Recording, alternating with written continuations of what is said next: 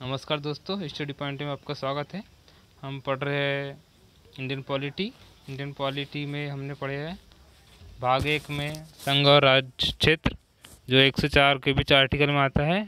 भाग 2 में पढ़े नागरिकता, जो 5 से 11 आर्टिकल में आता है। और हम पढ़ रहे हैं मौलिक अधिकार, जो भाग 3 में आता है, जो 12 से 35 में आता है।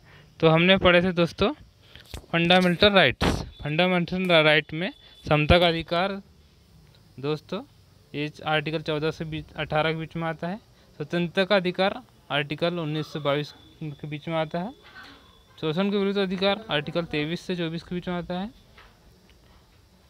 और धार्मिक स्वतंत्रता का अधिकार ये आता है 25 से 28 के बीच में।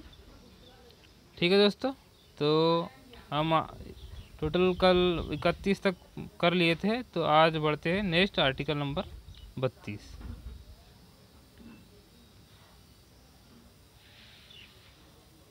आर्टिकल नंबर 32 क्या है दोस्तों? संवैधानिक उपचारों का अधिकार।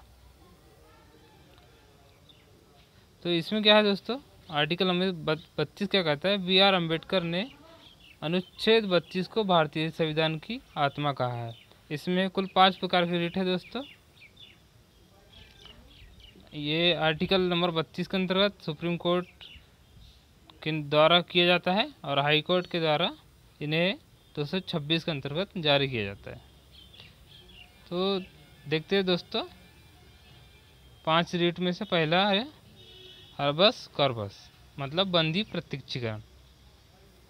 इसमें क्या है दोस्तों, जब किसी व्यक्ति को बिना किसी प्राधिकार के बंधन बना के रखा जाता है, तब इस रिट के द्वारा सर्वोच्च न्यायालय उस व्यक्ति को सशरीर अपने समक्ष प्रस्तुत करने का आदेश देता है।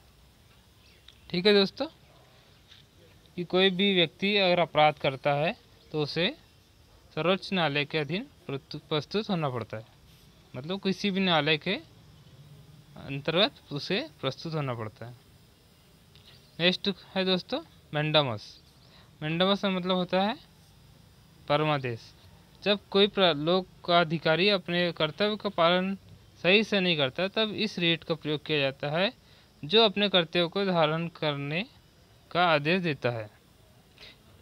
इसका प्रयोग निजी व्यक्ति के विरुद्ध नहीं किया जा सकता, साथ ही राष्ट्रपति और राज्यपाल के विरुद्ध भी नहीं किया जा सकता।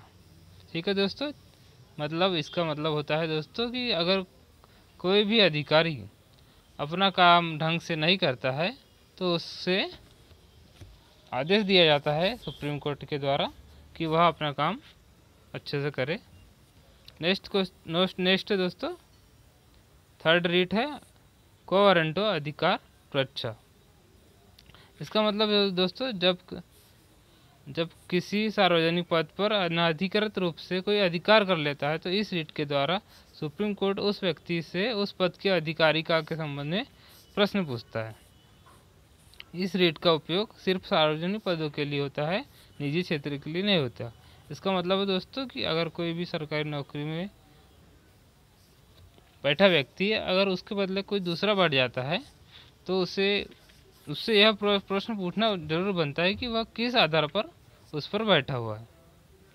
नेक्स्ट दोस्तों प्रोहिबिशन। इसका मतलब होता है प्रतिषेध।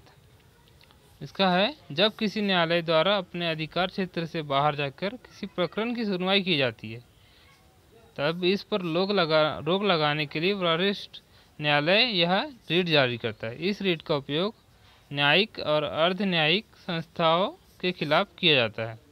एग्जाम्पल के लिए देख ले हम दोस्तों, जैसे कि नर्मदा नदी जल को लेकर मध्य प्रदेश और गुजरात राज्यों के मध्य विवाद है, तब उस पर मध्य प्रदेश हाई कोर्ट द्वारा कोई सुनवाई की जाती है, तब इस पर रोक लगाने के लिए इस रीट का प्रयोग किया जाता है, क्योंकि दो राज्यों के बीच विवाद का सुप्रीम कोर्ट ही सॉल्व कर सकता है, हाई कोर्ट नहीं कर सकता। ठीक है दोस्तों, समझ आया? प्रोहिबिशन प्रतिषेध मतलब क्या होता है कि कोई भी मामला है जो हाई कोर्ट उसका निर्णय अगर देता है तो उसके खिलाफ लाया जाता है और यह मामला सुप्रीम कोर्ट द्वारा आगे सुनाया जाता है। ठीक है दोस्तों। नेक्स्ट है उत्प्रेषण। 5वीं रीट है दोस्तों उत्प्रेषण। इसके अंतर्गत क्या है दोस्तों, इस रीट का प्रयोग फिर न्यायिक या अर्धन्यायिक संस्थाओं के विरुद्ध किया जाता है। जब कोई न्यायालय अपने अधिकार क्षेत्र से बाहर जाकर किसी मामले में निर्णय दे देता है, तब उस निर्णय के क्रियान्वयन पर रोक लगाने के लिए इस रीट का उपयोग करते हैं। प्रोहिबिशन में क्या था दोस्तों कि अगर मामला हाईकोर्ट देने का है तो उस पर कार्य किया जाता था, और उत्प्रेषण में क्या है दोस्तों कि अगर उसने निर्णय दे दिया हाई कोर्ट में, तब उसके बाद ये उत्प्रेरण लागू होता है। जैसा कि नर्मदा नदी विवाद जल को लेकर मध्य प्रदेश और गुजरात राज्यों में विवाद है, तब उस पर मध्य प्रदेश हाई कोर्ट द्वारा सुनवाई की जाती है, उसके बाद यह निर्णय लिया जाता है, इस रीट का प्रयोग किया जाता है। ठीक है दोस्तों, आज के लिए इतना ही।